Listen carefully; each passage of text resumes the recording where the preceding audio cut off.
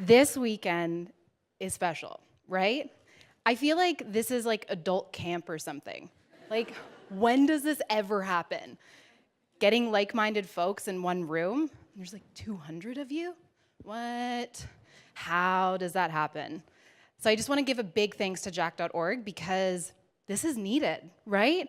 Can we give them a round of applause? I know you guys have been doing that all weekend, but it's so good. It's so good. I can't help but like be a little bit salty because I'm like, where was this when I was growing up? Just saying, where was this? Because when I was growing up, I definitely struggled with some mental health stuff, which I know is not uncommon, but I was a very, very imaginative child. I used my imagination for good. Like, I pretended like I was a warrior, obviously saving the earth. And me and my friends would have metal ships, and somehow those metal ships defied physics, and we would fly into outer space, meet with alien civilizations, and pretty cool. But I also used my imagination for bad, and I struggled with a lot of anxiety when I was a kid.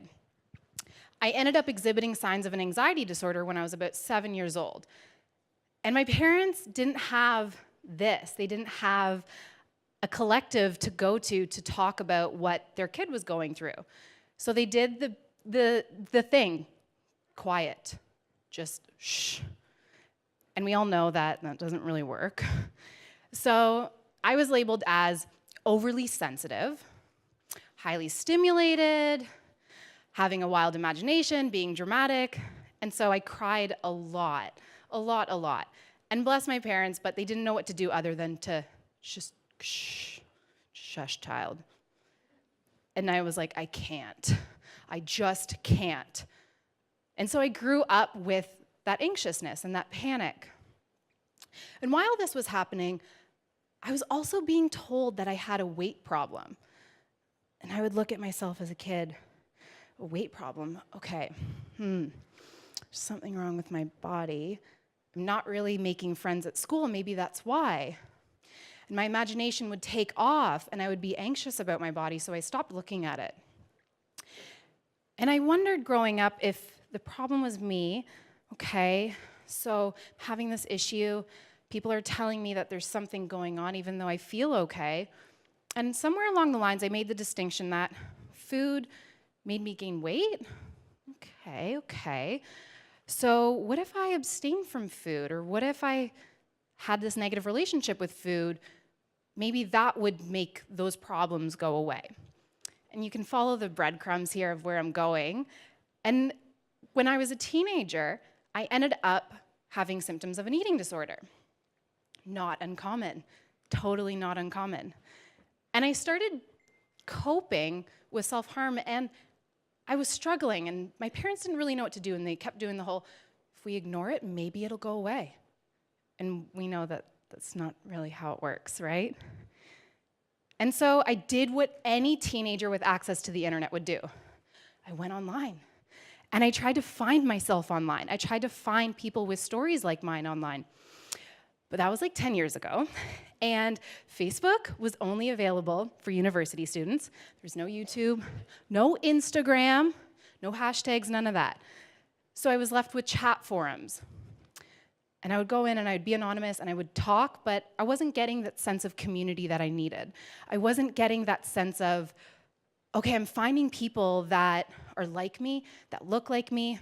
I was just finding a space to vent. And finding a space to vent is good. So I was feeling fractionally better, but something was missing. So I continued all of that. I continued to ignore those problems. I never dealt with them. So I'm in my mid-20s. And this eating disorder manifested itself into a body image disorder. And I was at the gym one day, in the bathroom, imploding. I mean, honestly collapsing into myself. I was having an anxiety attack and this panic of just, I don't want to be seen by people. I don't want people to look at me. And I was in this gym bathroom, crying, having this anxiety attack, wondering, how do I just get to my locker to get my shit to go home? How do I just get home without being seen? And I couldn't figure it out. So I had my phone, and it was my only resource. And at this point, I did have Instagram. And so I went on Instagram, And I did the same thing that my 17-year-old self did. I tried to search for myself. And this time, I tried to search for something that I had wanted my whole life. And I looked up a hashtag. That hashtag was self-acceptance. And I had never done that before. I never looked up hashtags of something that I wanted. I always looked up hashtags of stuff that made me kind of hate myself, like abs, just abs. Why? Why would I do that? I would occasionally look up like cat videos because like they're amazing, you know? But I usually used Instagram as like a toxic place. But this time I looked up self-acceptance. And I was in this gym bathroom and I was scrolling and I couldn't believe what I was seeing. Men and women and people talking about themselves, talking about their perceived flaws, talking about the reason why we were all made to believe that we had flaws, talking about beauty ideals, body standards, talking about body politics, talking about intersectionality. I was shook. I couldn't believe it. How does this exist? And I stopped crying. For the first time, I stopped crying. It wasn't there. The anxiety wasn't there because I was inspired. And I was in this bathroom in this gym, going on Instagram, feeling inspired, looking blotchy and terrible and awesome at the same time, you know? You guys know when you've had like a good cry and you're like, wow, this is a scene. And I was like, okay, I'm gonna get my shit from my locker. I'm gonna go home. Oh my God, look what I found. I found this thing online. Does anybody else know about this? Like, does anybody else know that there's this community out there doing this? And I got my stuff and I went home. And this is a pivotal moment in my life because I was so inspired. I did something that I had never done before. I was in my sports bra and I was in my leggings. And I sat down and I took a photo of myself. And I had never done that before. I had never just seen myself as me without posing or hypersexualizing myself or apologizing for my body. I was just me in this moment with my camera in Toronto, like something so small, but that's something that meant so much to me. And I took this picture and I went to go post it online, and I couldn't believe that I was doing this, but I was so inspired. I had this fire inside of me that said, you have to be a part of this community. This is something that you've wanted your whole life. You are dying without it. So I posted it. I posted it under hashtags like self-love, self-acceptance, body image, and eating disorder awareness. And I posted it, and then I threw my phone, and I couldn't believe I did it. I'm not gonna look at it, throw it out. I don't wanna know. I didn't wanna know what people were going to say to me. So I took some time, cried it out, called my boyfriend at the time and was like, yeah, I did this thing and I don't know who I am right now. I don't know who I am. Because it's jarring when you do a 180. You have no idea who you are. He was like, that's great, amazing. Bring it in person, like everything's all good. So when I got the courage, I picked up my phone and I wanted to look at the comments. And instead of people shaming me or judging me like my imagination told me they would do, people were relating. People were saying stuff like, hey, my body looks like yours. If I can like your body, that means that I can like mine. Thanks, have a great day.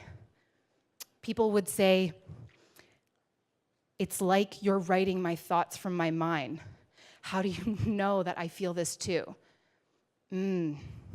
People were saying, I've struggled my whole life with this and I don't know how to open up. How did you find the courage to? I had no idea how to answer that. I was so shocked. People were relating. People were finding themselves in me the way that I wanted to find myself online in other people. Is this possible? And something else, we were struggling in silence. We were staying silent for what reason? When we're all dying to connect with one another, we're all dying to relate in this moment right now. Instead, we're just keeping silent? And out of that moment, this revolution within, this fire in me, birthed my online advocacy. And I've never gone back. And it's been a few years since that time, and I've grown so much. It's my normalcy now to just be pushed out of my comfort zone and to explore mental health and self-care. Self-care is so good, ladies and gents. Folks in this room, mental health, exploring the sides of mental health, the good and the bad, the comfortable and the discomfort of it all. I've learned so much. I've learned that we're bad at self-care. I've learned that we're bad at checking in with ourselves, but we're working on it. We're doing it. There's something else that I've learned. I've learned that failure is inevitable, because failure comes when you try something. Failure is needed because success comes afterwards. Sure, you can fail. Maybe you didn't get the deal. Maybe you didn't get the impressions. Maybe the policy didn't change. Maybe you didn't get the funding. But you took the first step, and that's a success. You took the second step, that's a success. You took the third step, and at the 100th step, I need you to honor all of those steps. I need you to recognize that you tried. The only way to avoid failure is by not trying. The only way to avoid failure is by not going out in the world and not trying. Like Samuel Beckett said, ever tried, ever failed, no matter. Try again, fail better. And I remember the first couple of times that I failed. I felt so hurt. My message wasn't getting across the way that I wanted it to. Did they not like me? Did they not like the message? Is this not important? I tried, and I will not give that up. I tried and I failed, and I will do it again. I'll be a little salty, I'll be a little hurt, but I will try again. And that trying is the success. Because remember when you didn't try? Remember when they didn't try? And now we have to, because the world needs that change. The world needs more folks trying, because if we don't, then it stays the same, and we know that we can't stay the same. We know that the silence isn't good. We know that people who don't try don't change the world. That's a big responsibility, changing the world. But what if you didn't have to change the whole world? What if you just needed to change a piece of it? What if that just started right now inside of you?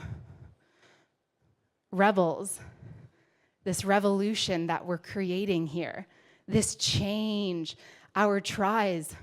I fail with you. And when you succeed, I succeed. And when I succeed, you succeed. Because we are together in this. We are one. This is our message. This is our time to change the world. Thank you.